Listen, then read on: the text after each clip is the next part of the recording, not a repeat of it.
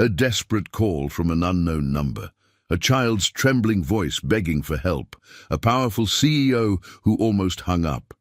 When he decides to investigate what seems like a prank call, he discovers a truth so shocking it will change his life forever. Some secrets are hidden in plain sight. Some heroes answer when no one else will. This is the story of one phone call that changed everything. Before this story begins, subscribe to the channel and type Amen in the comments and tell us where are you watching from. The spring rain hammered against the windows of the 20th floor as Christopher Hayes stood in his corner office overlooking the restless streets of downtown Chicago. At 42, he had built Meridian Industries from nothing into a technological empire worth billions. His salt and pepper hair, always perfectly combed, and his steel blue eyes reflected a man who had conquered every challenge life threw at him. Except one. The one that left a permanent hollow in his chest. He had never found someone to share his success with, never experienced the warmth of a family waiting for him at home. His assistant knocked softly before entering. "Mr. Hayes, the board meeting starts in 10 minutes. Christopher nodded without turning, his gaze lost in the grey cityscape. His phone vibrated on the mahogany desk. Unknown number. He usually ignored such calls, but something made him answer this time. "Hello?" His voice was firm, professional. What came next shattered the cold silence of his executive world. "Daddy!"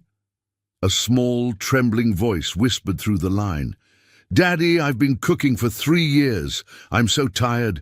My hands hurt. Please come get me." Christopher froze. His heart, so controlled and measured, stumbled. "Who is this? How did you get this number?" "I found Mommy's phone," the little voice continued, breaking with emotion. "Mrs. Patterson says if I tell Mommy, she'll send my baby brothers away. But I can't do this anymore, Daddy. I'm only 7. I don't want to cook anymore." The words hit Christopher like physical blows. Cooking? For 3 years? That would mean since she was 4. Impossible. This had to be some elaborate prank, perhaps a social experiment or a scam, yet the raw pain in that child's voice carried an authenticity that froze his blood. "Sweetheart, I think you have the wrong number," he said gently, his businessman facade cracking. "I'm not your father, but tell me, where are you? Are you safe right now?" A muffled sound came through like someone quickly hiding something. "I have to go. She's coming. Please, Daddy. 47 Maple Street, apartment 3B. Please." The line went dead. Christopher stared at his phone, his mind racing. Every rational part of him screamed prank, hoax, manipulation. But that voice, that desperate, exhausted little voice. He pulled up his computer, quickly searching the address. Maple Street was in Riverside, a working-class neighborhood about 30 minutes away. He grabbed his coat. "Cancel the board meeting," he told his assistant as he strode past her desk. Something urgent came up. The drive to Riverside felt eternal. Christopher's knuckles were white on the steering wheel as he navigated through traffic, that small voice echoing in his mind. What was he doing? Chasing a possible prank? Invading someone's privacy based on a random phone call? Yet his instincts, the same ones that had guided him through impossible business negotiations, screamed that something was terribly wrong.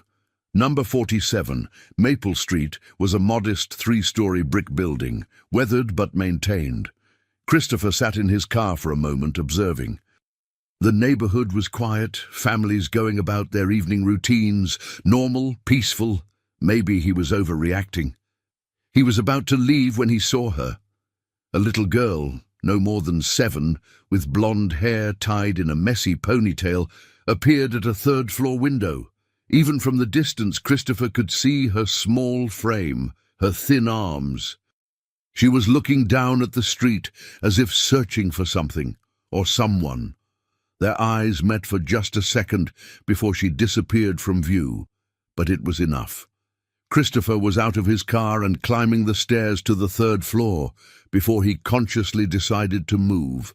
His heart pounded as he reached apartment 3B. He could hear voices inside, children crying, an adult woman's sharp tone. He knocked. The sounds inside immediately stopped. The door opened a crack, held by a security chain. A woman in her 50s with graying hair and cold eyes peered out. "Yes? Can I help you?" "My name is Christopher Hayes. I received a phone call from this address. A little girl who seemed to be in distress." The woman's expression hardened. "I don't know what you're talking about. You must have the wrong apartment." "I don't think I do." Christopher's voice took on the authoritative tone that made boardrooms fall silent. "A 7-year-old girl called me, claiming she's been forced to cook for 3 years. She gave me this exact address." "That's ridiculous. Now, if you'll excuse me, Mrs. Patterson." Christopher said the name the child had mentioned, watching the woman's face carefully. Her eyes widened for just a fraction of a second. "Enough. I'm calling the police if you don't leave immediately." "Please do," Christopher replied calmly. "In fact, let me help you with that." He pulled out his phone. "I'm sure they'll be very interested in investigating a claim of child endangerment." The standoff lasted only seconds, but felt like hours. Finally, a new voice came from inside the apartment. Weak, exhausted, but determined. "Mr. Hayes, is that really you?" Christopher's chest tightened. Through the crack in the door, he could see her now, the little girl from the window. She was even smaller up close, her face pale with exhaustion, her eyes carrying a weariness no child should know. And her hands. God, her hands were wrapped in makeshift bandages stained with what looked like old burns. "Yes, sweetheart, I'm here," he said softly, his voice breaking despite his efforts to stay strong. "Can you tell me your name?" "Lily," she whispered. "Lily Morrison. Are you really going to help us?" Before Christopher could respond, 3 identical small faces appeared behind Lily. Triplet boys, around 4 years old, with the same blonde hair and blue eyes. They clung to their sister's legs, their faces streaked with recent tears, their clothes rumpled and stained. "These are my brothers," Lily said, with a tired but protective tone.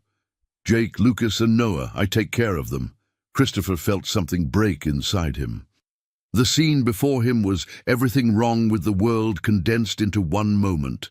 A 7-year-old child, barely bigger than a doll herself, serving as a parent to 3 preschoolers, her hands damaged from cooking, her childhood stolen. "Mrs. Patterson," Christopher said, his voice now ice-cold, "you have 2 options.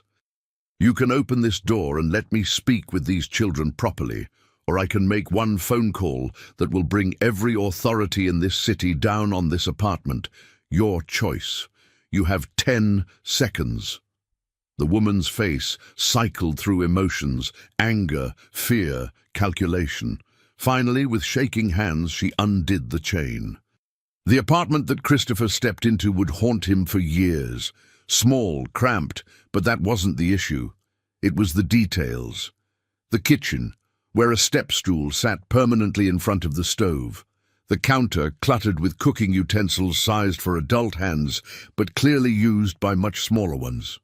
The living room, where toys were noticeably absent, replaced by blankets and pillows arranged like makeshift beds. The air thick with the smell of overcooked food and underlying desperation. But worst of all were the children themselves. The triplets, who should have been running, playing, full of energy, instead sat quietly on the floor, too well trained in silence. And Lily, standing in the center of it all like a tiny, exhausted general watching over her troops. "Where is their mother?" Christopher asked, his voice carefully controlled. "She works," Mrs. Patterson said defensively. "2 jobs. She's doing her best. She pays me to watch them." "Watch them?" Christopher's voice rose despite his best efforts. "Is that what you call this? A 7-year-old child cooking for 3 preschoolers? Look at her hands. She volunteered. She wanted to help. I'm 7 years old." Lily's voice, so quiet until now, suddenly rang out. "I didn't volunteer. You said if I didn't cook, you'd tell Mommy that I was bad and she'd have to send Jake, Lucas and Noah away. You said it was my fault they cried so much. You said I had to fix it." The dam broke. 3 years of held-back tears, of suppressed fear, of carrying a burden no child should bear, came flooding out. Lily collapsed, her small body shaking with sobs. Immediately, her 3 little brothers, with an instinct that broke Christopher's heart, rushed to her, wrapping their tiny arms around their sister, patting her head with clumsy comfort. "Lily, no cry," one of them said. "We love Lily." Christopher knelt down, bringing himself to the children's level. "Lily, sweetheart, listen to me. None of this is your fault, do you understand? None of it. But Mrs. Patterson said Mrs. Patterson is wrong, and what she did is illegal, very, very illegal." He looked up at the woman, who had turned pale. "Sit down. Don't move. Don't speak. If you try to leave, I will have security here in 2 minutes." He turned his attention back to Lily, his voice softening. "When does your mummy come home?" "Late," Lily whispered. "After we're supposed to be sleeping. She works at the diner until 9, then cleans offices until midnight." Christopher's jaw clenched. A mother working herself to exhaustion, paying someone to protect her children, unaware that her daughter was being exploited. "And you've been cooking for your brothers since you were 4. Lily nodded, fresh tears streaming down her face. "At first, it was just heating up soup, but then Mrs. Patterson said I needed to make real meals. She showed me once, then said I had to do it myself. I burned myself a lot at first." She held up her bandaged hands. "It still happens sometimes." "What do you cook for them?" "Pasta, mostly. Sometimes rice and beans. I can make scrambled eggs now without burning them too much. And sandwiches, but Mrs. Patterson says sandwiches aren't a real dinner." Christopher felt tears threatening for the first time in years. "Lily, you are the bravest, strongest little girl I've ever met. But no child should have to be this brave. Do you understand?" "Are you going to call the police?" Mrs. Patterson interjected, her voice now pleading. "Please, I need this job. I didn't hurt them. They're fine." Christopher stood, his full height and presence filling the small apartment. "Fine? You call this fine?" He pulled out his phone. "I'm calling the police and Child Protective Services, and then I'm calling my lawyer. And then we're going to wait right here for Lily's mother to come home, because she deserves to know what's been happening to her children while she's been breaking her back to provide for them." As he dialed, Lily's small voice spoke up one more time. "Mr. Hayes, thank you for coming. I didn't think anyone would come." Christopher looked at her, this impossibly small child with impossibly huge eyes, and made a silent promise.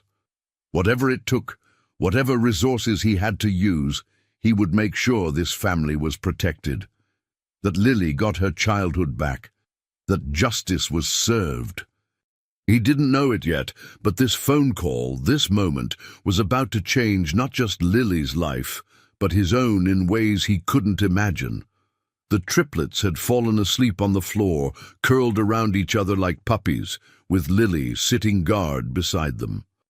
And Christopher Hayes, billionaire CEO, sat on a worn-out couch in a stranger's apartment, waiting for the authorities, and for a mother who was about to have her world turned upside down. Outside, the rain continued to fall, washing the streets clean. Inside apartment 3B, something else was beginning.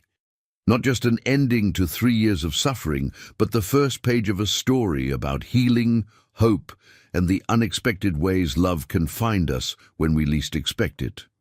The police arrived first, 2 officers responding to Christopher's call with professional efficiency.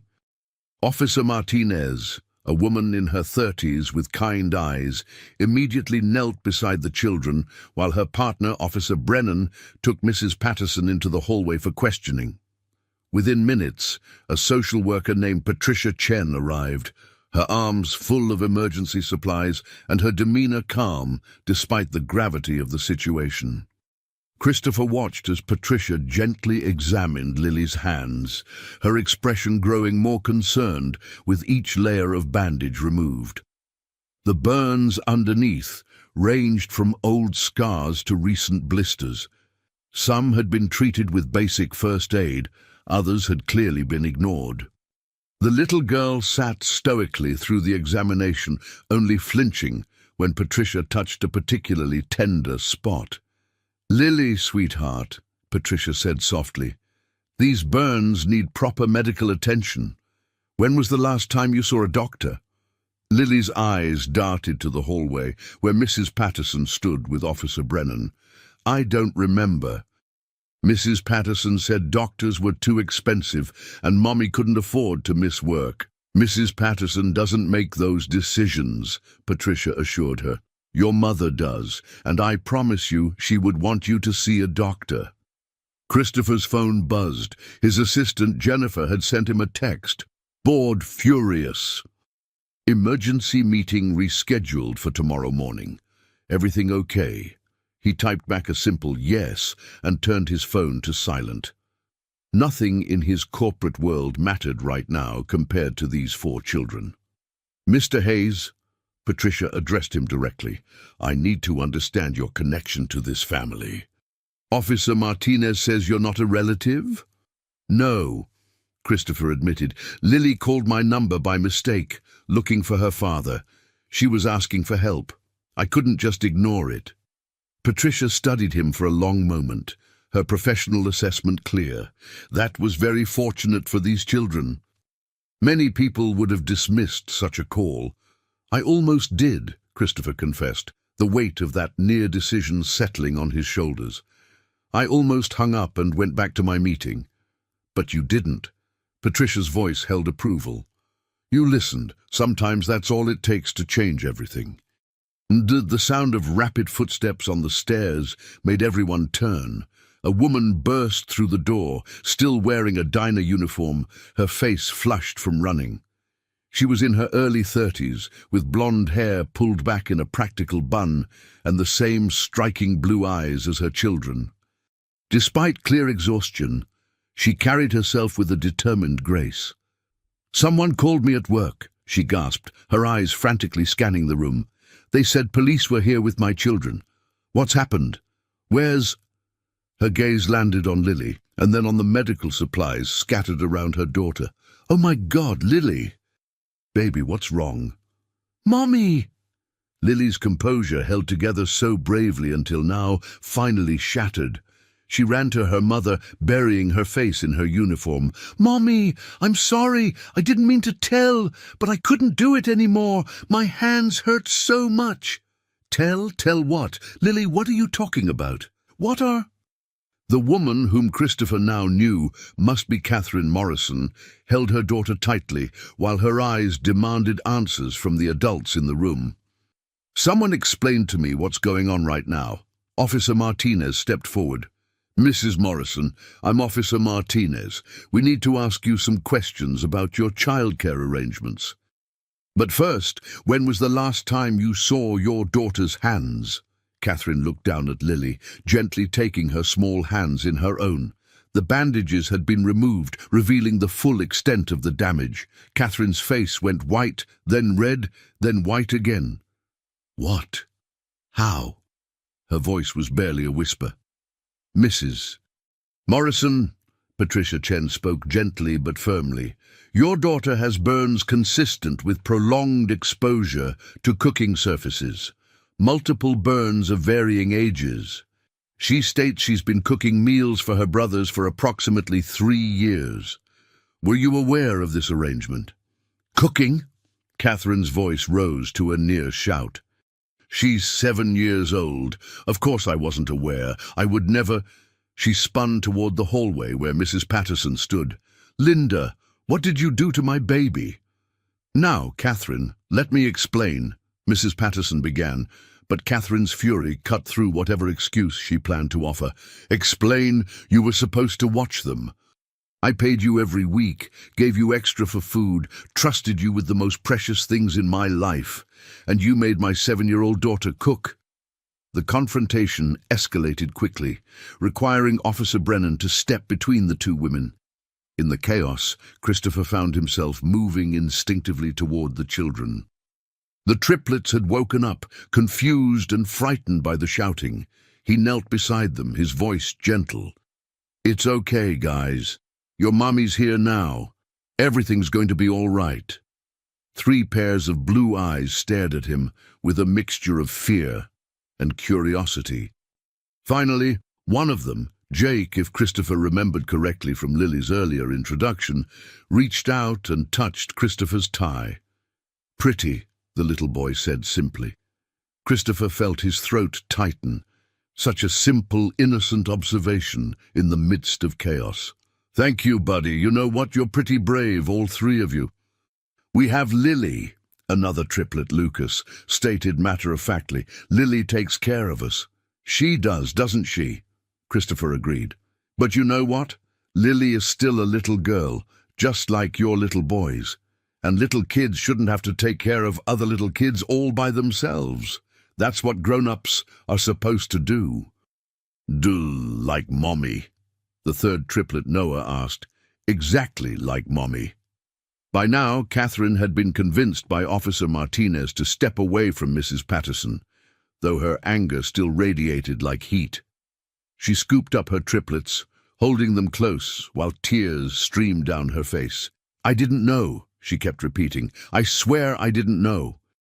"We believe you, Mrs. Morrison," Patricia said. "But we need to document everything that's happened. Officer Brennan is taking Mrs. Patterson's statement separately. I need to talk with you and your children, preferably somewhere more comfortable than this apartment." Christopher cleared his throat. "If I may make a suggestion." Or all eyes turned to him. "I have a suite at the Riverside Hotel that I keep for business associates visiting from out of town. It's empty right now. Mrs. Morrison and her children could stay there tonight, give everyone some space to process this. It has multiple bedrooms, and room service can provide proper meals." Catherine looked at him for the first time with full attention, her eyes narrowing slightly with protective suspicion. "And you are?" "Christopher Hayes. I'm the person Lily called today. She thought I was her father." Catherine's expression softened, then crumbled. Her father left before the triplets were born. He said 4 kids were too much responsibility. She laughed bitterly. Too much responsibility for a grown man, but apparently perfect for a 4-year-old girl to handle. "Mrs. Morrison," Patricia interjected, "Mr. Hayes's offer is generous, and honestly, it would be better than staying here tonight. We'll need to thoroughly inspect this apartment as part of our investigation, which means you can't stay here anyway. The alternative is a temporary shelter facility." Catherine looked around at her children, exhausted, confused, frightened. Lily's hands were now properly bandaged by Patricia, but the trauma was far from over. The triplets clung to their mother, sensing the adult turmoil, even if they couldn't understand it. Finally, she nodded. "Okay. Thank you, Mr. Hayes. That's very kind. Please call me Christopher." The next hour was a blur of activity. Statements were taken, Mrs. Patterson was escorted away in handcuffs for child endangerment, and Catherine was given a preliminary list of medical appointments for Lily. Christopher arranged for his driver to pick up his car while he drove the Morrison family to the hotel in Catherine's aging minivan, which sputtered and wheezed the entire way. "I keep meaning to get it fixed," Catherine said quietly from the passenger seat, her voice thick with exhaustion and unshed tears. "But between rent and groceries and paying Linda," her voice broke. "God, I was paying her to hurt my daughter." "You were paying her to protect your children," Christopher corrected gently. "She's the one who betrayed that trust. This isn't your fault, Catherine." "Isn't it?" She stared out the window at the darkening city. "I was so focused on keeping us fed and housed that I didn't see what was happening right in front of me. What kind of mother does that make me?" Christopher glanced in the rearview mirror. Lily sat between two of her brothers, the third strapped in a car seat on her other side. Despite everything, she was playing a simple hand game with them, her bandaged hands moving carefully, making them smile, still protecting them even now. "It makes you a mother doing her best in an impossible situation," Christopher said. "You're working 2 jobs to support 4 kids alone. That's not failure, Catherine, that's heroism." She turned to look at him, really look at him for the first time. "Why are you doing this? Helping us? You don't know us." "Honestly?" Christopher kept his eyes on the road, "because when Lily called me today, something inside me woke up. I've spent 20 years building a company, making money, achieving success, but I've never felt as purposeful as I did racing to that apartment to make sure one little girl was safe. Maybe I needed this as much as she needed someone to answer that call." Catherine was quiet for a moment. "The newspaper did a profile on you last year. Chicago's most eligible bachelor CEO, or something like that. They mentioned you donate a lot to children's charities." "I do," Christopher confirmed. "It's easy to write checks. What happened today wasn't easy, but it was real. And it mattered in a way that board meetings and profit margins never will." The Riverside Hotel was elegant, but not ostentatious. Exactly the kind of place where a wealthy family could stay comfortably without feeling overwhelmed. The suite Christopher had arranged was actually 2 connected rooms with a shared living area. More than enough space for Catherine and her 4 children. The hotel staff, clearly briefed by Christopher's assistant, had prepared the suite with remarkable efficiency. The refrigerator was stocked with child-friendly foods. Toys and books were arranged in the living room. Fresh clothes in various children's sizes were laid out on the beds. Most importantly, there was a first aid kit with advanced burn treatment supplies. Mr. Hayes, the hotel manager, a distinguished man named Robert, greeted them personally. "Everything is ready as you requested. Please don't hesitate to call if you need anything. Anything at all." Catherine stood in the middle of the suite, looking overwhelmed. "I can't afford this," she said bluntly. "I appreciate the gesture, but I can't accept charity I can't repay." "It's not charity," Christopher said. "Consider it an investment in 4 incredible kids who deserve a chance to be kids, starting tonight." "Mommy, can we take a bath?" Lily asked hopefully. "The tub here is so big." Catherine's eyes filled with tears again. "Yes, baby, you can all take a bath, a long, warm bath." She turned to Christopher. "I don't know how to thank you. You don't have to thank me. Just focus on your children tonight. Everything else can wait until tomorrow." He moved toward the door, then paused. "Catherine, what Lily did today, calling for help, that took extraordinary courage. She learned that courage from somewhere, from someone. She learned it from watching you fight for your family every single day." After Christopher left, Catherine drew a bath for her children, watching through tears as they splashed and played with the provided bath toys. Lily, despite her bandaged hands, was in the middle of it all, making her brothers laugh with silly voices and water games. But later, after the triplets were asleep in their beds, Catherine found Lily standing by the window, staring out at the city lights. She joined her daughter, pulling her close. "Lily, baby, I need you to know something. What happened with Mrs. Patterson? None of that was your responsibility. None of it was your fault." "But I should have told you sooner," Lily whispered. "I was just so scared. She said if I told, you'd lose your jobs and we'd end up on the street and the triplets would be taken away. I couldn't let that happen, Mommy. I couldn't let them take Jake and Lucas and Noah." Catherine held her daughter tighter, marveling at the strength in such a small body. "You protected your brothers. You were so brave. But, sweetheart, you're 7 years old. You should be protected, not doing the protecting." "I'm almost 8, Lily said with a small attempt at humor. "My birthday's next month. I know, baby, and we're going to celebrate it properly this year, I promise. Mommy, is Mr. Hayes going to be our new daddy? The question caught Catherine completely off guard. What? No, sweetie. Mr. Hayes is just a kind man who helped us today. Oh. Lily sounded disappointed.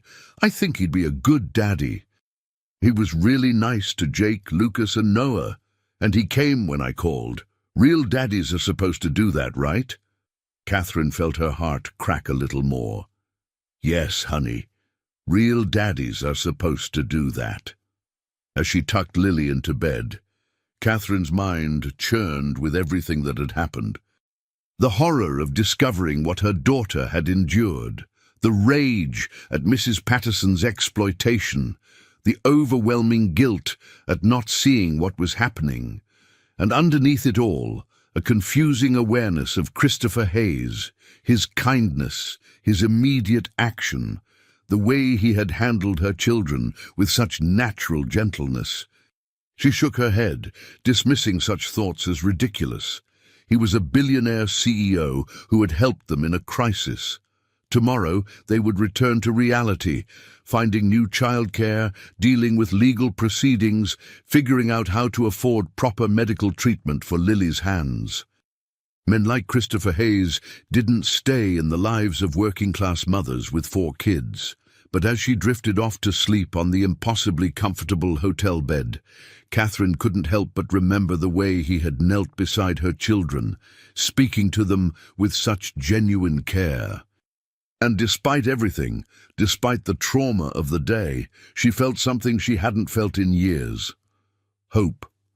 Christopher couldn't sleep. At 2 a.m, he sat in his penthouse apartment overlooking Lake Michigan, a glass of whiskey untouched on the table beside him, his mind replaying every moment of the day. The sound of Lily's voice on the phone, the sight of her burned hands, the way the triplets had instinctively comforted their sister. Catherine's fierce, protective love mixed with heartbreaking guilt. He had built his company through calculated decisions, careful planning, and emotional distance. Yet in less than 6 hours, 4 children and their struggling mother had completely demolished his carefully constructed walls. He couldn't stop thinking about them. Couldn't stop worrying if they were okay in the hotel, if Lily was sleeping peacefully, if Catherine had managed to eat something. His phone buzzed with an email. Patricia Chen, the social worker, had sent him a preliminary report as a courtesy, given his involvement in the case. Christopher's jaw clenched as he read the details. Mrs. Patterson had initially denied everything, then tried to blame Lily for volunteering to cook. But interviews with neighbors revealed a pattern: the sound of a child crying in the kitchen, smoke alarms going off repeatedly, Mrs. Patterson leaving the children alone for hours at a time. One neighbor, Mrs. Chen noted, had considered calling Child Protective Services multiple times, but had been reassured by Mrs. Patterson that everything was fine and that she was teaching the girl some responsibility. The charges were serious: child endangerment, neglect, and exploitation of a minor. Mrs. Patterson would likely face jail time. But what struck Christopher most was a note at the end of Patricia's report. Despite 3 years of exploitation, Lily Morrison shows remarkable resilience and emotional intelligence. Her primary concern throughout all interviews was the welfare of her brothers and mother. Recommend extensive therapy for all children, but prognosis for recovery is good with proper support. Christopher set down his phone and walked to his window, watching the city sleep below him. Somewhere out there, in a hotel room he had provided, 4 children were finally safe. It should have been enough. He had done his part. He could return to his normal life now, back to board meetings and profit margins and the comfortable numbness he had perfected over the years. But he knew he couldn't. The next morning, Christopher showed up at the hotel suite at 8 o'clock with bags of fresh pastries and coffee. Catherine answered the door in yesterday's clothes, her hair damp from a shower, surprise evident on her face. "Christopher," I wasn't expecting... I mean, you didn't have to... I wanted to check on everyone, he said simply. Is this a bad time? No, no, come in. The kids are eating breakfast. Hotel room service is apparently magical in their eyes. She stepped aside to let him in, then added quietly, Thank you again for this. We'll be out of your hair today. I need to figure out our next steps. The suite was organized chaos. The triplets sat at the dining table, systematically working through plates of pancakes and fruit.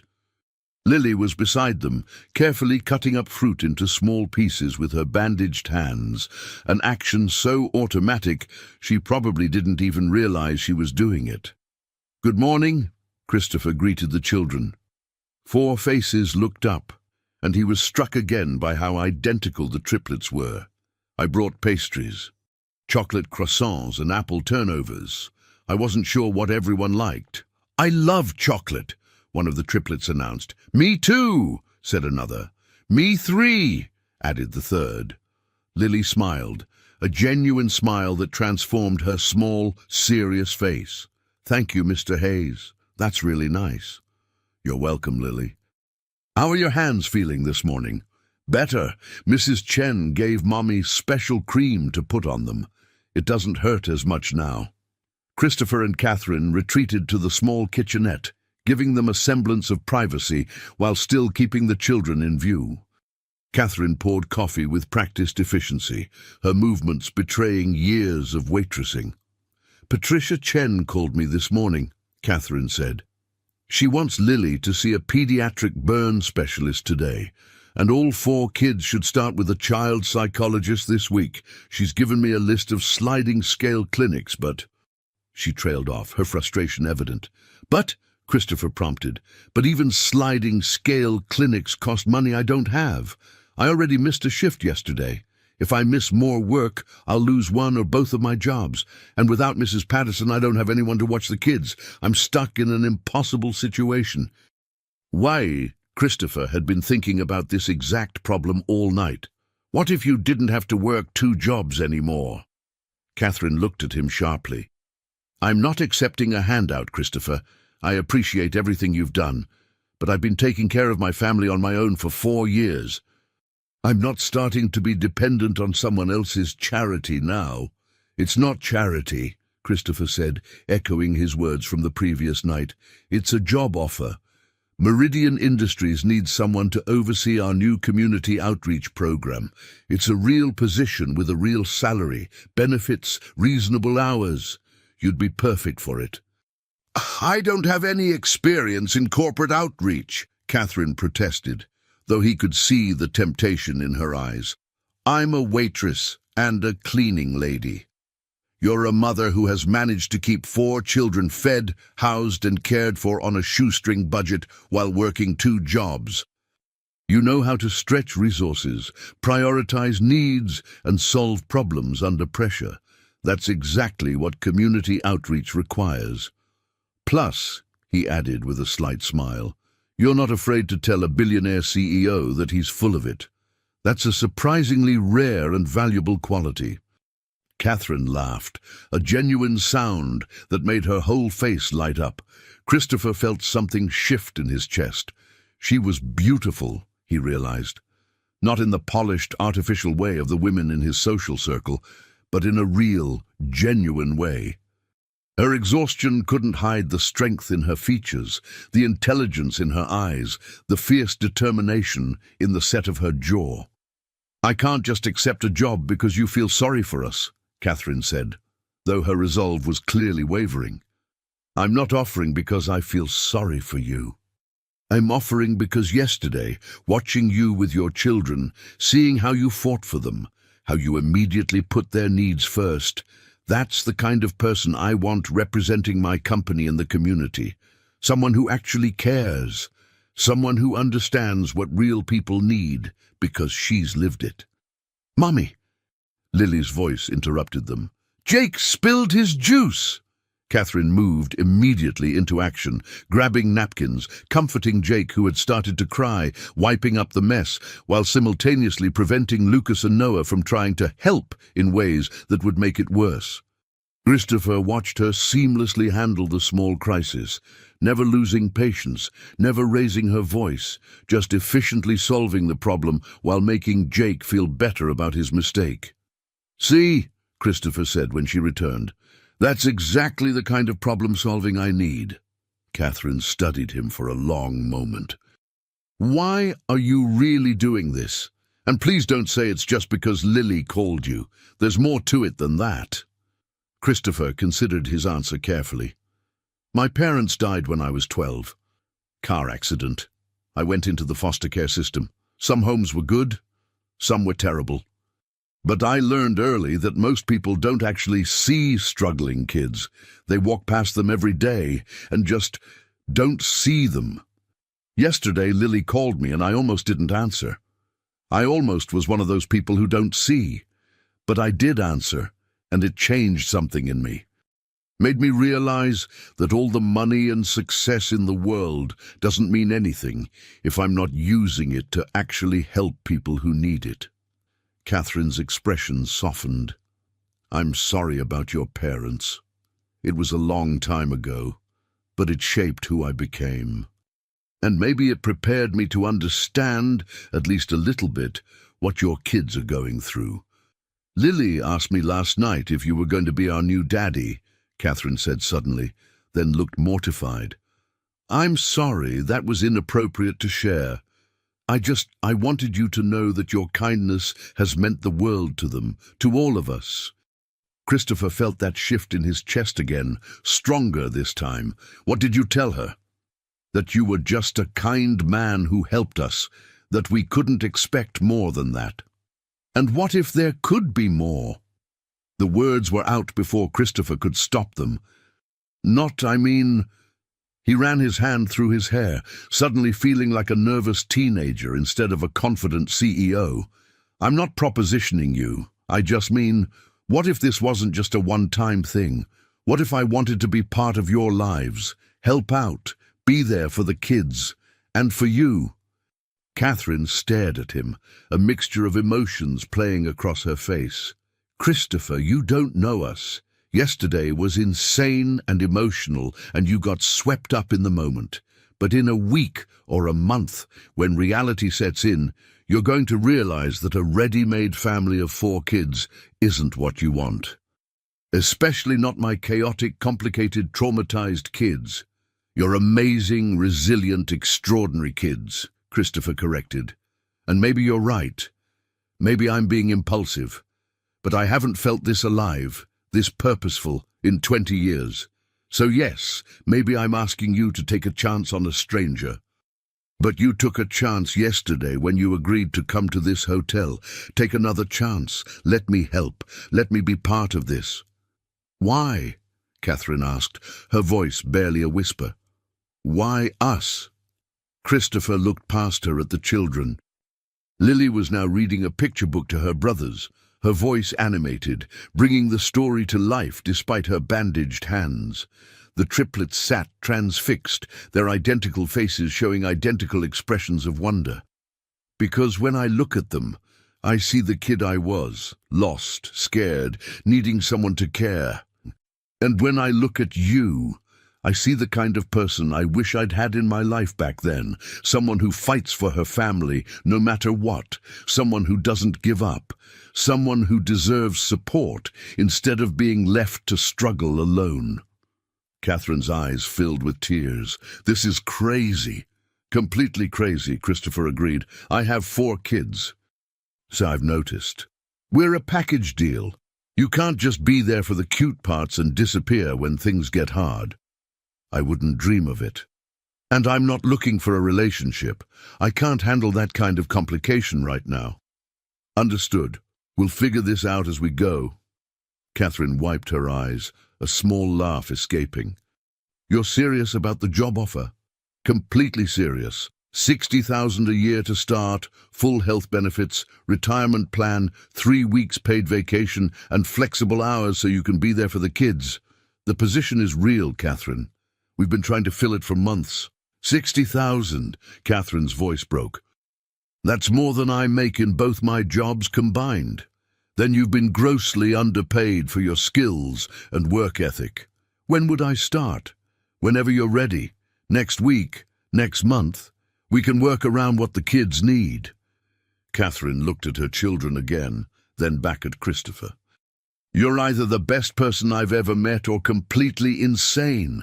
"Probably a little of both," Christopher admitted with a smile. "So is that a yes?" "It's a yes to the job," Catherine said firmly. "Everything else, let's just see what happens. No promises, no expectations, just taking it one day at a time." "One day at a time," Christopher agreed, extending his hand. "Deal?" Catherine shook his hand, and for a moment neither of them let go. The handshake lasted just a second too long to be purely professional, and when they finally broke contact, both looked slightly flustered. "Mommy!" Lily called out. "Can Mr. Hayes stay for breakfast, please?" Catherine looked at Christopher, a question in her eyes. He nodded. "Yes, sweetie, Mr. Hayes can stay."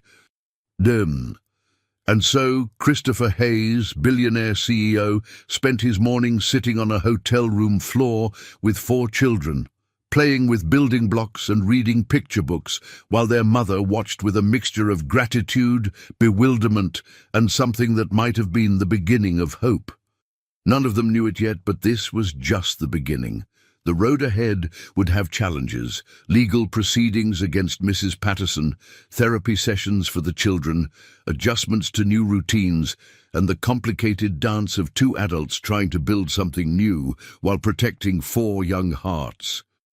But for now, in this moment, they were just 7 people sharing breakfast and stories, building towers out of blocks and building something else out of trust, kindness, and the unexpected connections that change lives forever. Outside the hotel window, Chicago bustled with its usual morning chaos. But inside Suite 428, something rare and precious was taking root. Something that would grow, through challenges and triumphs, into a family that none of them had planned for, but all of them desperately needed. The story was just beginning. The following weeks transformed into a whirlwind of change for the Morrison family. Catherine started her new position at Meridian Industries, working from a bright office with windows overlooking the Chicago River. Her colleagues were welcoming, and the work, coordinating community programs, connecting struggling families with resources, building partnerships with local organizations, felt meaningful in a way her previous jobs never had. But the transition wasn't without its challenges. Lily's medical appointments revealed that while her burns would heal, some scarring would be permanent. The pediatric burn specialist, Dr. Sarah Wong, was gentle but direct with Catherine during their consultation. The good news is that Lily's injuries, while serious, are mostly superficial burns, Dr. Wong explained, reviewing X-rays and examination notes. There's no significant nerve damage or loss of function. With proper care, moisturizing, and possibly some scar reduction treatments when she's older, her hands will be fine. "And the bad news?" Catherine asked, though she could sense it coming.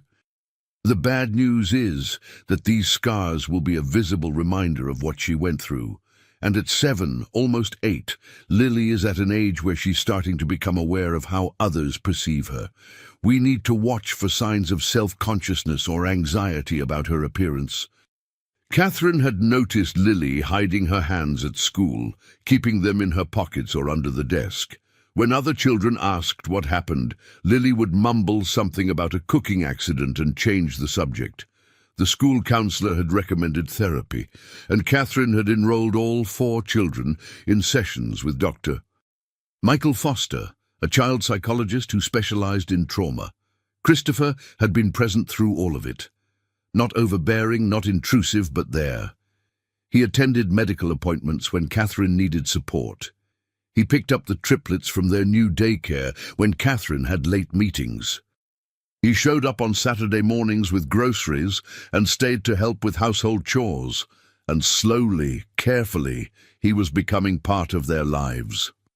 "You don't have to do this," Catherine told him one evening after he'd spent 3 hours helping Jake, Lucas, and Noah build an elaborate fort out of couch cushions. You've already done so much. You gave me a job, helped us find a better apartment, connected us with resources. You don't owe us your free time too. Christopher looked at her seriously. Catherine, I'm not here because I owe you anything. I'm here because I want to be here. Because when I'm not here, I'm thinking about being here. Is that okay? Catherine felt her heart skip. Over the past month, she'd been trying to maintain emotional distance, to protect herself and her children from getting too attached. But Christopher made it increasingly difficult. He was patient with the triplets' chaos, gentle with Lily's trauma, respectful of Catherine's boundaries, and genuinely seemed to enjoy the messy reality of their lives. It's okay, she admitted quietly. More than okay. The kids adore you. Lily asks about you every day. The boys think you're some kind of superhero. And what do you think? Christopher asked, his blue eyes holding her gaze. Catherine felt herself blush, something she hadn't done in years. I think you're dangerous. Dangerous? To my carefully constructed walls, to my determination to do this all on my own, to my belief that people like you don't actually exist in real life. Christopher smiled, that rare, genuine smile that transformed his usually serious face. People like me? Kind, patient, present, real. Catherine shook her head. Every man I've known has run at the first sign of difficulty. My father left when I was 10. Lily's father disappeared when he found out I was pregnant with triplets. Even casual dates would vanish once they realized I had kids. But you showed up to help a stranger's child, and you're still here, building cushion forts and reading bedtime stories. It doesn't make sense. Maybe it doesn't have to make sense, Christopher suggested. Maybe some things just are. Day. Their moment was interrupted by a crash from the kitchen, followed by 3 identical voices saying, "Uh-oh," in perfect unison. Catherine and Christopher rushed to find the triplets covered in flour, the bag they'd somehow pulled from the pantry now decorating the kitchen floor like snow. "We making cookies," Noah announced proudly. "For Mr. Christopher," Jake added. "Mr. Christopher," Catherine corrected automatically, then caught Christopher's amused expression. "Although Mr. Christopher is pretty adorable." "I answer to both," Christopher said, kneeling down to the boys' level. "But guys, we need to ask before we start cooking projects. Remember what we talked about? Kitchen safety?" 3 blonde heads nodded solemnly. "Safety first," Lucas recited. "That's right. How about we clean this up together, and then tomorrow, if your mom says it's okay, we can actually bake cookies the safe way." "With Lily?" Jake asked. Christopher hesitated, glancing at Catherine. They'd been careful about involving Lily in anything kitchen-related, not wanting to trigger difficult memories. But Catherine saw something else in Christopher's expression. Concern, yes, but also respect for Lily's agency. "Let's ask Lily if she wants to help," Catherine decided. "It's her choice. It's her." They found Lily in her room, working on homework with an intensity that seemed excessive for second-grade math. Catherine knocked gently on the doorframe. "Hey, sweetie, can we talk for a minute?" Lily looked up, her eyes immediately wary. "Did I do something wrong?" "No, baby, nothing wrong. We just wanted to ask you something." "The boys want to bake cookies tomorrow. Mr. Christopher offered to help supervise. We wanted to know if you'd like to be involved, but only if you want to. There's absolutely no pressure." Lily's expression cycled through several emotions: fear, uncertainty, longing, and finally determination. "Can I think about it?" "Of course," Christopher said, entering the room and sitting on the floor beside her bed. "You know, Lily, when I was a kid, I had some bad experiences in kitchens too, different from yours, but still hard. For years I avoided cooking because it reminded me of those times." "You did?" Lily looked surprised. "But you're a grown-up." "Grown-ups aren't supposed to be scared." "Grown-ups get scared all the time," Christopher assured her. "We just get better at hiding it. But you know what I learned? The way to take back power from bad memories is to create new good memories in the same situation. It doesn't erase what happened, but it gives you something else to think about. Did you do that with cooking? I did. About 5 years ago, I took a cooking class. It was terrifying at first. My hands would shake when I picked up a knife. I'd flinch near the stove. But slowly, with practice and patience, cooking became something I enjoyed instead of something I feared. Lily considered this, her young face serious. If I help bake cookies tomorrow, will you stay the whole time? And Mommy too? We'll both be right there, Catherine promised. And if at any point you want to stop, we stop. No questions, no judgment. Okay, Lily said quietly. I'll try. The next day was Saturday, and the cookie-baking adventure turned into something magical. Christopher had come prepared with child-safe cooking tools, plastic mixing bowls, silicone spatulas, and most importantly, special heat-resistant gloves designed for children that would protect Lily's healing hands from any accidental heat exposure. "These are amazing," Lily exclaimed when she saw them. "They're my size." "I had them specially made," Christopher admitted. "I wanted you to be safe, but also to feel like a real chef." They made chocolate chip cookies, and while there were definitely mishaps, Lucas ate more chocolate chips than went into the dough. Noah got eggshells in the bowl that had to be fished out, and Jake somehow managed to get butter in his hair. The kitchen filled with laughter instead of fear.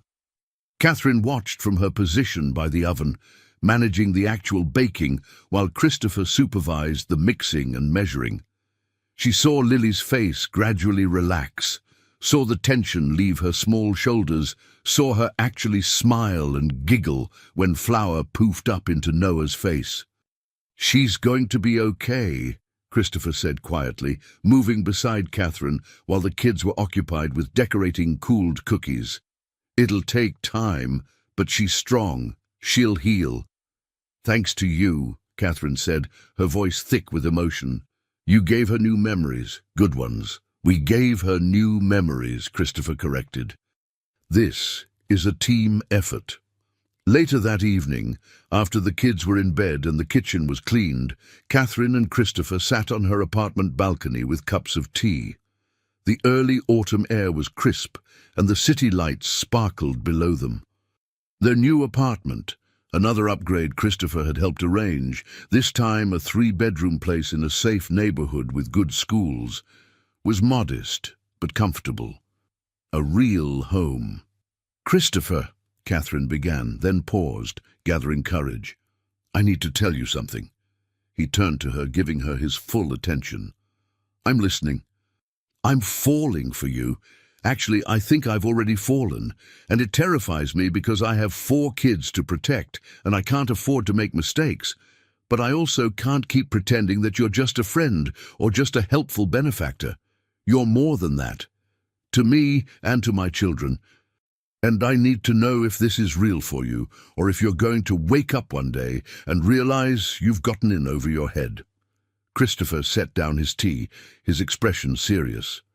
"Catherine, I've spent 20 years building a company. I've negotiated billion-dollar deals. I've faced hostile takeovers and market crashes and corporate espionage. None of that scared me the way this conversation scares me right now." Catherine's heart sank. "Oh, I see. I shouldn't have—" "Let me finish," Christopher interrupted gently. "It scares me because this matters. You matter. Those 4 kids in there matter more to me than anything else in my life. And yes, I'm in over my head. I've never been a father. I don't know what I'm doing half the time, but I'm willing to figure it out because the alternative, walking away from you, from them, that's not an option I can even consider anymore." "So what are you saying?" "I'm saying that I'm falling for you too. That I have been since the moment I saw you burst through that apartment door, fierce and protective, and ready to fight the world for your kids. I'm saying that I want this to be real. I want to be part of your family, if you'll have me. Not as a benefactor or a friend, but as something more. As someone who loves you and wants to build a life with you." Catherine felt tears streaming down her face. "I haven't been loved by someone in so long. I don't even know if I remember how to do this." "Then we'll figure it out together," Christopher said, reaching for her hand. "We'll make mistakes, we'll have hard days, but we'll face them together. The kids, they've gotten so attached to you. If this doesn't work—" "It'll work," Christopher said with certainty. "I'm not going anywhere, Catherine. I promise you that. I promise them that." Catherine leaned into him, and he wrapped his arm around her shoulders. They sat like that for a long time, just holding each other under the stars, two people who had spent so long struggling alone, finally finding partnership. Inside the apartment, Lily had gotten up for water and saw them through the window. She smiled, then quietly went back to bed. Maybe, she thought, Christopher really would be their new daddy after all. 3 months after the cookie-baking day, the Morrison-Hayes household, as it had come to be known, though no official arrangements had been made, had settled into a comfortable rhythm. Christopher had gradually moved more of his belongings into Catherine's apartment, spending most nights there, becoming a steady presence in the children's daily routines. But October brought a new challenge: the trial of Mrs. Patterson. The prosecution had built a strong case. Medical records documented Lily's injuries. Neighbor testimonies confirmed the neglect, and most damning, investigators had found Mrs. Patterson's personal journal, where she'd written extensively about teaching that spoiled girl some responsibility, and how children these days need to learn the value of hard work. Catherine had been subpoenaed to testify, and the prospect filled her with dread. But she wasn't the one the prosecution most wanted. They needed Lily. "Absolutely not," Catherine said flatly when the prosecutor, Amanda Pierce, first approached them. "My daughter has been through enough. I won't put her through the trauma of testifying." "Mrs. Morrison, I understand your concerns," Amanda said sympathetically. They were in a conference room at the prosecutor's office, Christopher sitting supportively beside Catherine. "But without Lily's testimony, we have a much weaker case. Mrs. Patterson's defense attorney is claiming that Lily volunteered to cook, that she enjoyed it, that Mrs. Patterson was simply supervising an enthusiastic child who wanted to help. Lily's own words could counter that narrative." "She's 8 years old," Christopher interjected. His relationship with Catherine was now common knowledge, and while some people judged the rapid progression, the prosecutor's office had been nothing but supportive. Having her relive her trauma in front of a courtroom full of strangers, with Mrs. Patterson staring at her, that could cause serious psychological damage. "We'd take every precaution," Amanda assured them. "Child testimony protocols. We can have her therapy dog present. Dr. Foster can be in the courtroom. She can testify via video if being in the same room as Mrs. Patterson is too traumatic, and I'll be very gentle with my questions." "And the defense attorney?" Catherine asked pointedly. "Will they be gentle?" Amanda's expression said everything. "I'll object to any inappropriate questioning, but I can't guarantee the cross-examination won't be difficult."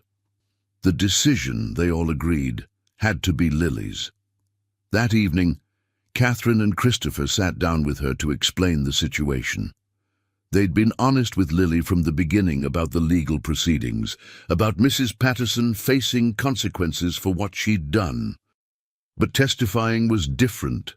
"I want to do it," Lily said immediately. "Sweetie, you don't have to," Catherine stressed. "There's other evidence. Mrs. Patterson will still face charges even without your testimony." "But maybe not enough," Lily said with a wisdom beyond her years. She'd been working with Dr. Foster for months now, processing her trauma, and the therapy was clearly helping. "That's what you're not saying. Without me talking, maybe she doesn't go to jail for very long. And then she could hurt other kids." That's very brave of you to think about other children," Christopher said carefully. "But Lily, you have to think about yourself too. This will be hard. They'll ask you detailed questions about things that were painful. You'll have to see Mrs. Patterson again. Lily's hands, now mostly healed, but bearing visible scars, clenched into fists.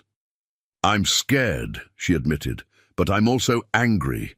What she did was wrong, and I want to tell people what really happened, not what she says happened, what really happened. Catherine pulled her daughter close, tears streaming down her face. You are the bravest person I know. But I need you to understand, once you start testifying, you can't take it back. If it gets too hard and you want to stop, you can, but you'll have to finish what you started. Are you sure? I'm sure, Mommy. I can do this. Dr. Foster says I'm stronger than I think I am. The trial began on a cold November morning. The courtroom was smaller than Catherine had imagined, but no less intimidating. Mrs. Patterson sat at the defense table, looking older and smaller than Catherine remembered, her expression carefully neutral. Catherine testified first, describing her childcare arrangement with Mrs. Patterson, her complete ignorance of what was happening, the horror of discovering Lily's injuries. The defense attorney, Marcus Webb, was aggressive in his cross-examination. Isn't it true, Mrs. Morrison, that you were hardly ever home, that you worked such long hours you had little idea what your children were doing? I was working to support my family, Catherine said firmly. I trusted Mrs. Patterson to care for them properly. That trust was betrayed. But if you had been more present, more attentive, perhaps you would have noticed your daughter's injury sooner. Amanda objected before Catherine could respond, but the damage was done. The defense was trying to shift blame to Catherine, to paint Mrs. Patterson as overwhelmed by a neglectful mother's expectations. Christopher testified next, describing his initial phone call with Lily, his decision to investigate, what he found at the apartment. Webb tried to paint Christopher as a meddling stranger, but the jury seemed unimpressed by that angle. Several neighbors testified, their accounts damning.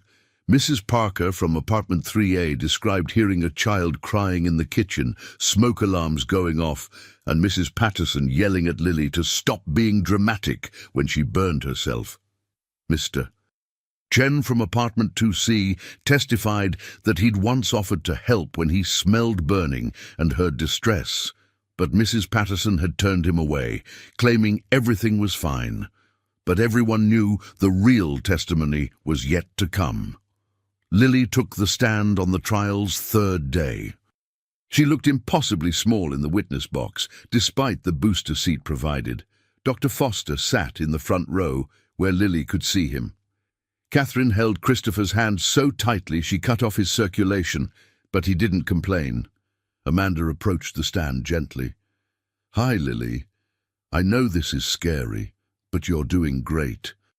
Can you tell the jury your name and how old you are? My name is Lily Catherine Morrison. I'm 8 years old. My birthday was last month. That's wonderful. Happy belated birthday. Lily, I need to ask you some questions about when Mrs. Patterson used to take care of you and your brothers. Is that okay? Lily nodded, her eyes briefly finding her mother's in the gallery. Catherine gave her an encouraging smile, though inside she was breaking. How old were you when you first started cooking for your brothers? 4. I had just turned 4. A ripple went through the courtroom. 4 was shockingly young. And who taught you to cook? Mrs. Patterson. She showed me once how to make macaroni and cheese. Then she said I needed to do it myself because she had important things to do. What kind of things did she have to do? She watched her TV shows and talked on the phone to her friends, and sometimes she would leave the apartment for hours. When she left, who watched your brothers? I did. How old were your brothers then? They were babies, not even 1 year old yet. More murmurs. Amanda let the impact settle before continuing. Lily, did you want to cook? No, Lily said softly. I was scared of the stove. It was so high and hot. But Mrs. Patterson said I had to because my brothers needed to eat, and if I didn't feed them, they would be taken away, and it would be my fault. Did she say anything else to scare you? Lily's voice got even quieter. She said if I told my mommy, terrible things would happen, that mommy would lose her jobs and we'd be homeless. That I was being selfish if I complained, because at least I had a home and food. She showed me pictures on her phone of kids in shelters and said that's where we'd end up if I was bad. Catherine felt Christopher's arm around her shoulders as she fought not to sob aloud. She'd known intellectually what had happened. But hearing her daughter's small voice recounting this psychological torture was unbearable. "Lily, can you show the jury your hands?" Lily hesitated, then slowly held up her hands. Even from the gallery, the scarring was visible, shiny patches of healed skin, slight discoloration, the physical evidence of years of burn injuries. "How did you get these scars?" "From cooking. I burned myself a lot. On the stove, on the pans, on the oven door. Sometimes I would drop things and hot water or oil would splash on me." "Did Mrs. Patterson help you when you got burned?" "Sometimes she would run cold water over it. But mostly she said I needed to be more careful and stop being clumsy." "Did she ever take you to a doctor?" "No. She said doctors cost money and Mommy couldn't afford it, and it was my fault for being careless." Amanda's questions continued, each answer building a damning picture of systematic exploitation and psychological abuse. Finally, she asked the question everyone had been waiting for. "Lily, did you love Mrs. Patterson?" Lily thought about this carefully. "I don't know. Sometimes she was nice. She would let me watch cartoons after I cleaned up the kitchen, and she bought me a doll once for my birthday, but mostly I was scared of her. And I was so tired all the time." "Do you think what Mrs. Patterson did to you was right?" "No," Lily said firmly, her voice stronger now. "Kids shouldn't have to cook for other kids. Kids should get to be kids. That's what Dr. Foster says, and I believe him." Amanda smiled gently. "Thank you, Lily. You've been very brave. I have no more questions." But then came the part Catherine had been dreading. Marcus Webb approached the stand, his expression sympathetic but his intent clear, to discredit an 8-year-old's testimony. "Hi, Lily. My name is Mr. Webb. I just have a few questions for you, okay?" Lily nodded, her earlier confidence wavering. "You said Mrs. Patterson taught you to cook once, and then you did it yourself. But isn't it possible she taught you multiple times, that she was supervising you, helping you learn?" "No. She showed me once, then I had to do it alone." "But you were only 4. Surely you couldn't remember perfectly what she taught you after just one time." "I had to remember," Lily said simply. "If I didn't, my brothers didn't eat." "Come now, Lily, isn't it true that you actually enjoyed cooking? That you were a helpful little girl who wanted to take care of her baby brothers?" "No!" Lily's voice rose. "I didn't enjoy it. I was scared every single time. My hands hurt. I cried a lot, but I had to be quiet so Mrs. Patterson wouldn't get mad." "Your Honor," Webb said calmly, "the witness is becoming emotional." "Because you're lying," Lily shouted, shocking everyone in the courtroom. "You're making it sound like I wanted to do it. I didn't. I never wanted to. I just wanted to play and watch cartoons and be a normal kid. But I couldn't because Mrs. Patterson made me cook, and if I didn't, she said terrible things would happen." The judge banged her gavel gently. "Mr. Webb, I think that's enough. This child has been through sufficient questioning. But, Your Honor, I have a right to cross-examine, and you've exercised that right. I'm invoking child witness protections. Step back, Counselor." Webb had no choice but to comply. Lily was released from the stand, and she ran straight to Catherine, burying her face in her mother's chest. Christopher wrapped his arms around both of them as Lily sobbed out her fear and relief and trauma. In the end, Lily's testimony was the turning point. The jury deliberated for less than 3 hours before returning with a guilty verdict on all counts. Mrs. Patterson was sentenced to 5 years in prison for child endangerment, exploitation of a minor, and criminal neglect. As they left the courthouse, Lily, between her mother and Christopher, holding both their hands, Catherine felt a weight lift that she hadn't even realized she'd been carrying. "It's over," she whispered to Christopher. "No," he corrected gently. "It's just beginning." That night, Christopher officially moved the last of his belongings into their apartment. And 1 week later, in a quiet ceremony in front of a judge with just family present, he formally proposed adoption papers for all 4 children. "I want to be their father," he told Catherine. "Legally, officially, if they'll let me." The children were called in to hear the news. The triplets, now 5 years old and understanding more of the world, cheered immediately. But everyone waited for Lily's response.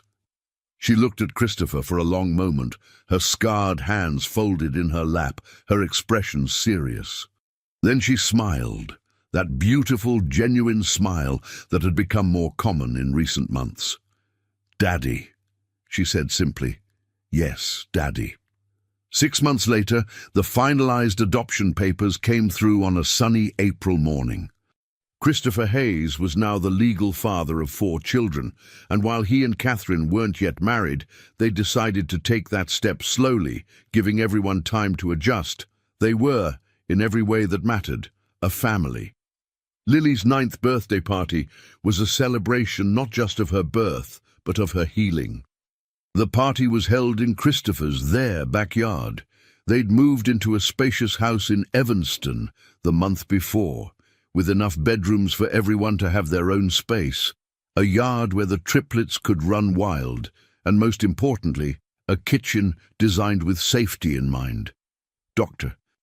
Foster attended the party, as did Patricia Chen, who had become a family friend. Amanda Pierce came with her own daughter, who was close to Lily's age.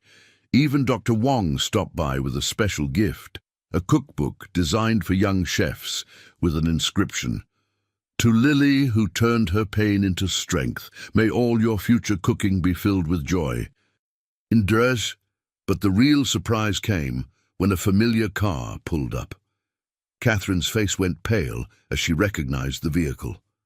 "Mom," she whispered. "What is she doing here?" Christopher touched her arm gently. "I called her. I hope that's okay.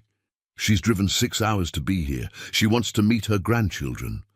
Catherine's mother, Linda Sullivan, emerged from the car looking nervous and hopeful. She was in her late 50s, her hair graying, her eyes, the same blue as Catherine's, filled with regret. "Catherine," she said softly, "thank you for letting me come." The story of Catherine and her mother was one Christopher had learned piece by piece over their months together.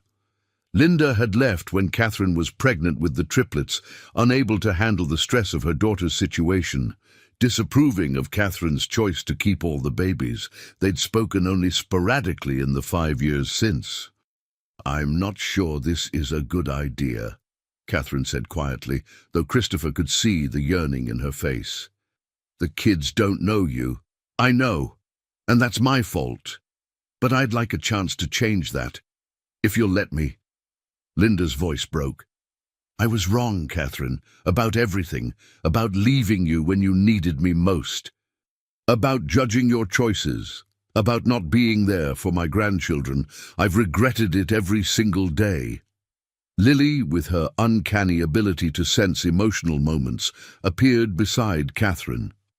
"Mommy." "Who's that?" Catherine knelt beside her daughter. "This is my mother, your grandmother. She's come a very long way to meet you."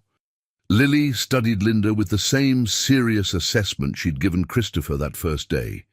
Then she looked at her scarred hands, then back up at her grandmother. "Did you know what happened to me?" Lily asked directly. Linda's eyes filled with tears. "Not until recently. Christopher called me a few weeks ago and told me everything." "I'm so sorry, sweetheart. If I had been here, if I had been part of your life, maybe you could have helped," Lily finished. "But you weren't here." She paused, and everyone held their breath. Then Lily continued, "But you're here now. That's what Dr. Foster says is important. Not what we did wrong in the past, but what we choose to do now." Linda broke down completely, kneeling to embrace her granddaughter. Catherine watched, tears streaming down her own face as years of hurt began to heal. The triplets, curious about the commotion, rushed over. "Who that?" Jake demanded. "That's your grandmother," Christopher explained. "Like how I'm your daddy now, she's your mommy's mommy." "Another grandma," Lucas said excitedly. "We have lots of family now." And they did. Christopher's small circle of friends had embraced the children completely. His assistant Jennifer was Aunt Jenny to the triplets. His business partner Robert had become Uncle Rob. The family had expanded in ways none of them could have imagined. As the party continued, Christopher found Catherine standing by the window, watching their children play in the yard with their grandmother. "Are you okay?" he asked softly. "I don't know," Catherine admitted. "I'm angry at her for leaving, but I'm also grateful she came back. Is that okay, to feel both things?" "It's more than okay. It's human." Christopher wrapped his arms around her from behind, resting his chin on her head. "Family is complicated. But what matters is that everyone here is trying. Your mother is trying to make amends. You're trying to forgive. The kids are trying to accept her. That's all any of us can do." "When did you become so wise?" Catherine asked with a small laugh. "When I fell in love with a woman who taught me what real strength looks like, what real family looks like." Catherine turned in his arms, looking up at him. "Christopher Hayes, are you getting sentimental on me?" "Maybe," he admitted with a smile. "Is that okay?" "It's more than okay." Catherine reached up to kiss him, soft and sweet. "It's perfect." Their moment was interrupted by Lily calling for them. "Mommy, Daddy, come see what Grandma brought." "Daddy." The word still sent a thrill through Christopher every time he heard it. He took Catherine's hand, and they went to see what surprise Linda had brought. It turned out to be photo albums, pictures of Catherine as a child, family history the kids had never known. Linda spread them out on the patio table, and the children crowded around, fascinated. "That's Mommy!" Noah pointed at a picture of a young Catherine holding a doll. "She looks like Lily," Jake observed. "She does," Linda agreed. "Your mommy was a very special little girl, just like all of you are very special." As the afternoon wore on, something remarkable happened. Linda, who had been so absent, began to find her place in the family. She was tentative at first, unsure how to interact with grandchildren she'd never known. But the triplets, with their uninhibited affection, made it easy. And Lily, with her remarkable capacity for grace, gave her grandmother a chance to prove herself. Later, as the sun began to set and guests started to leave, Patricia Chen pulled Christopher and Catherine aside. "I need to tell you both something," she said, her expression serious. "The state has been reviewing my case files, looking at outcomes for children I've worked with. Your family, what you've built here, it's been used as an example of what's possible when all the pieces come together right. The right intervention at the right time, the right support system, the right people caring. We're just doing what any family would do," Catherine protested. "But you're not," Patricia said gently. "Most families in crisis don't get this outcome. Most vulnerable children don't get a Christopher Hayes to answer their call. Most overworked mothers don't get offered meaningful employment and comprehensive support. What you have here is special, and the state wants to know if you'd be willing to speak publicly about your experience." Christopher and Catherine exchanged glances. "What would that involve?" Christopher asked. "Interviews, maybe some media appearances. The goal would be to raise awareness about the exploitation of children in informal childcare arrangements. To push for better regulations, better oversight, better support for working families. Your story, Lily's story, could help change policies that protect other children." "I don't want to exploit what my daughter went through," Catherine said firmly. "Neither do I," Patricia assured her. "This would be completely voluntary, and Lily would have full say in her level of involvement. But think about it, that's all I ask." They promised to think about it, but Christopher suspected he already knew what Catherine would decide. She'd spent months working in Meridian's community outreach program, and she'd discovered a passion for helping struggling families. If sharing their story could create systemic change, she'd do it. That night, after all the guests had left and the children were in bed, Christopher found Catherine in Lily's room. She was sitting on the edge of their daughter's bed, gently stroking her hair while Lily slept. "She's so peaceful now," Catherine whispered as Christopher joined her. "Do you remember how she used to sleep when we first met? Always tense, always ready to wake up, always worried about her brothers." "She's healed," Christopher said softly. "Not completely. She still has nightmares sometimes, still hides her hands when she's self-conscious. But she's so much better." "Because of you," Catherine said. "You answered her call. You came when she needed someone. You gave our family a chance to be whole." "I think it was mutual," Christopher replied. "You gave me something I didn't even know I was missing. A purpose beyond building wealth, a family to come home to, a reason to be better than I was." They sat in comfortable silence for a moment, just watching their daughter sleep. Finally, Catherine spoke again. "I want to do it, the public speaking thing. I want to tell our story." "I figured you would," Christopher said with a slight smile, "but I need you beside me. Can you do that?" "Catherine Morrison, I stood beside you through a trial where your daughter had to relive her trauma. I stood beside you while you rebuilt your relationship with your mother. I stood beside you as we became a family. Of course I'll stand beside you for this too." "Not Morrison," Catherine said suddenly. "Not anymore." Christopher looked at her quizzically. "What?"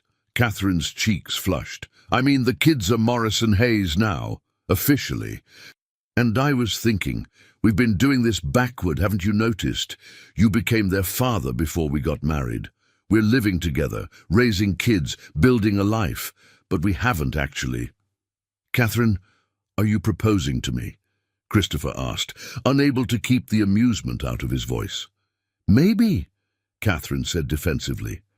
"I mean, why should you get to do all the proposing? This is the 21st century. Women can—" Christopher kissed her, cutting off her nervous rambling.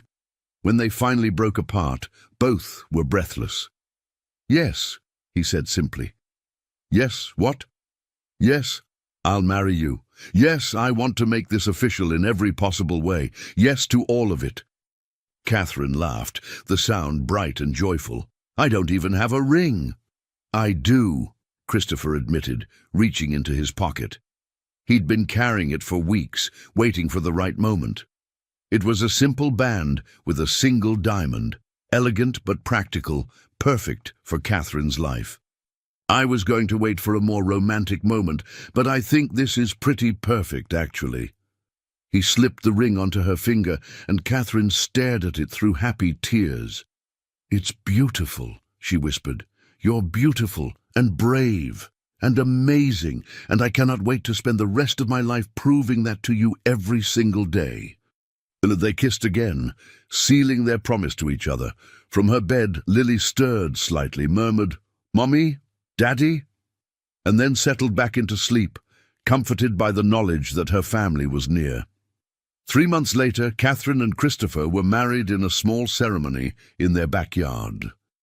Lily was the flower girl, her scarred hands holding a basket of petals that she scattered with joy. The triplets were ring-bearers, a job that devolved into chaos when they started tossing the rings to each other like a game of catch, but everyone laughed and no one minded.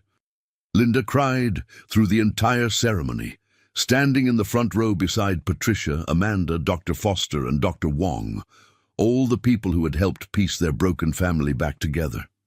And when the minister announced, "I now pronounce you husband and wife." 4 children cheered loudly, rushing forward to embrace their parents in a group hug that nearly knocked everyone over.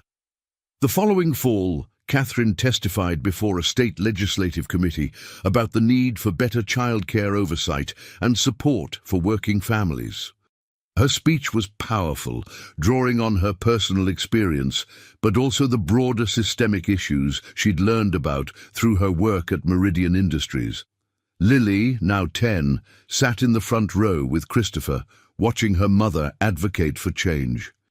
The legislation that eventually passed, nicknamed Lily's Law by the media, required stricter background checks and regular welfare visits for informal childcare providers, increased funding for subsidized daycare, and expanded workplace protections for single parents. It wasn't perfect, but it was a start. Christopher expanded Meridian's community programs, creating a foundation specifically focused on supporting vulnerable families. Catherine became its director, using her own experience to shape programs that actually addressed real needs rather than checking boxes. The triplets started first grade, bringing their typical chaos to yet another environment. Their teachers learned quickly that Jake, Lucas, and Noah came as a package deal, mischievous, energetic, and fiercely protective of each other and their big sister. And Lily blossomed. She joined the school cooking club, transforming her trauma into passion. She started a kids' cooking blog with Christopher's help, sharing simple, safe recipes designed for children. She became a voice for kids who had experienced trauma, speaking at assemblies about resilience and healing. Her hands would always bear scars, but she wore them now with pride. They told a story of survival, of courage, of refusing to be defeated by circumstances. They reminded her daily that she was stronger than she knew. 5 years after that initial phone call, on a crisp autumn evening, the Hayes family gathered in their kitchen. Christopher supervised while Lily, now 13, and teaching her 10-year-old brothers how to make pasta from scratch, guided Jake, Lucas, and Noah through the steps. "Slowly," Lily instructed as Lucas poured flour. "And Jake, stop eating the cheese. It's for the sauce." "But it's so good," Jake protested. "You can have some after we finish," Lily promised. "Noah, you're doing great with the eggs. Perfect technique." Catherine stood in the doorway watching her family. Christopher caught her eye and smiled, that same warm smile that had captured her heart years ago. He moved to her side, wrapping an arm around her waist. "Happy?" he asked softly. "More than I ever thought possible," Catherine admitted. "When I think about where we were 5 years ago—" "Don't," Christopher interrupted gently. "Don't think about what was. Think about what is. What we built from those ashes." "What Lily built," Catherine corrected. "She made that call. She was brave enough to ask for help. Rita and I was lucky enough to answer." In the kitchen, Lily was laughing as Noah accidentally flung flour everywhere, creating a cloud that covered all 3 boys in white powder. They looked at each other and immediately started a flour fight, their giggles filling the house with joy. "Boys!" Lily protested, but she was laughing too. "We'll never get dinner made at this rate." "Need some backup?" Christopher called, already rolling up his sleeves. "Yes, Daddy, help!" As Christopher joined the chaos in the kitchen, Catherine remained in the doorway watching her family. Her scarred, beautiful, chaotic, perfect family. She thought about the young, desperate mother she'd been, working 2 jobs, barely keeping her head above water, trusting the wrong person to care for her children. She thought about Lily's small, scared voice on that phone call, asking a stranger for help. And she thought about all the families still struggling, still desperate, still one phone call away from either disaster or salvation. Tomorrow, she would continue her work at the foundation. Tomorrow, she would keep fighting for systemic change. Tomorrow, she would keep advocating for families who needed support. But tonight, she would simply be here, with her husband, with her children, in their kitchen, making dinner together, creating new memories that would overlay the old pain with new joy. The phone rang, a perfectly ordinary sound in any household. But Catherine and Christopher both paused, catching each other's eye across the room. Because they both remembered another phone call 5 years ago that had changed everything. Christopher answered, "Hayes residence. Yes, this is Christopher Hayes." "What?" "Slow down. I can barely understand you." His expression changed, becoming focused and serious. Catherine moved closer, concerned. "You're calling from a payphone at a grocery store? Your mother's boyfriend has been hurting you and your sister? You found my number in a newspaper article about helping kids? Okay, sweetheart, listen to me very carefully. I'm going to help you.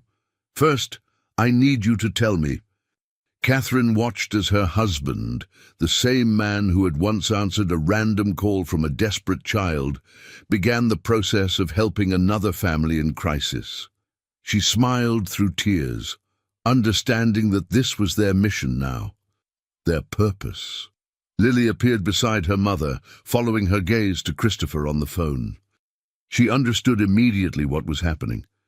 "Daddy's helping someone else now," Lily said softly. "Like he helped us." "Yes, baby, like he helped us." "That's good," Lily said with the wisdom of a child who had survived and thrived. "Everyone deserves someone to answer when they call for help." As Christopher gathered information, making calls to authorities, coordinating help for another child in danger, their family moved around him. The triplets set the table, their earlier flower fight forgotten in the face of routine. Lily finished the pasta, her scarred hands moving confidently through tasks that once represented trauma, but now represented healing. Catherine began preparing a salad, already mentally calculating how many extra people might need feeding if Christopher brought home another family in crisis, because that was who they were now. Not just a family who had survived, but a family who helped others survive too. And it all started with one scared little girl, one phone call, and one man who chose to answer.